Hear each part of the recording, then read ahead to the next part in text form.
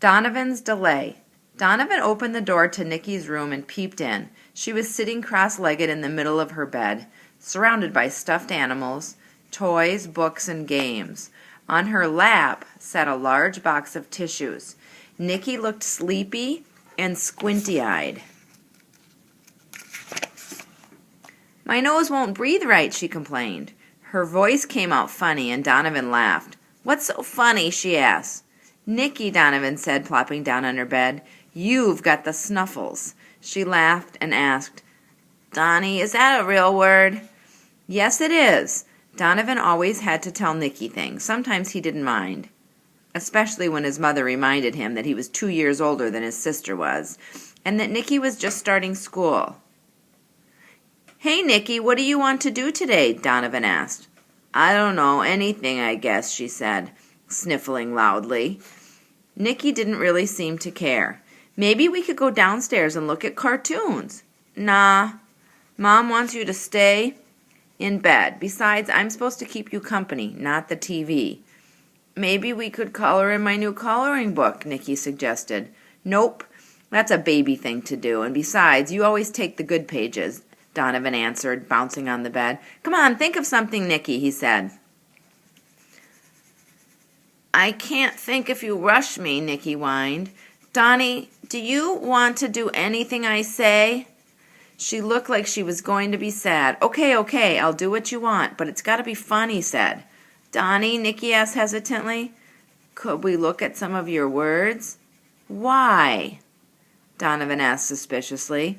"'Cause they might make me feel better." "How?" he asked, not quite believing her.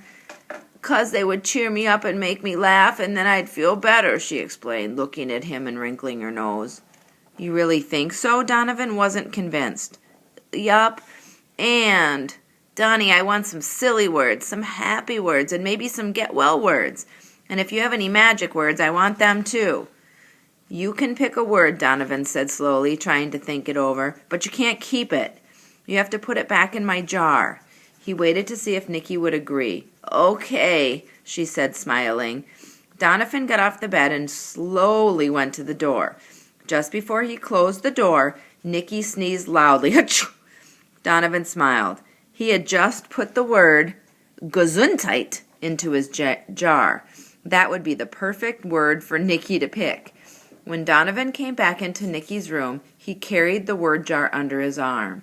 He set the jar down on the bed very carefully. He took his time because he wanted Nikki to know that his word jar was important to him. He took the top off and said, "Pick a word, Nikki, and then give it to me. I'll tell you what it means." Nikki closed her eyes and picked a slip of paper from the jar. When Donovan took the paper from her, he read the word and smiled. This was going to be fun. He popped a tissue from Nikki's box and waved it in front of her nose. "Abracadabra," he said in a loud voice. Nikki looked at Donovan. He was acting so crazy, she couldn't figure out what he meant.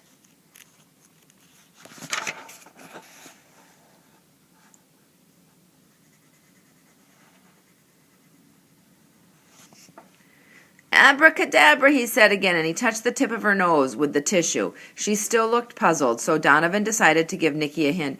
"Abracadabra, cold go away," he said, only louder this time. "Is it magic?" she asked. "You're right. Abracadabra is a magic word to make things appear or disappear."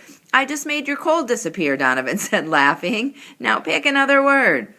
"I feel better already," Nikki said, closing her eyes and reaching into the jar.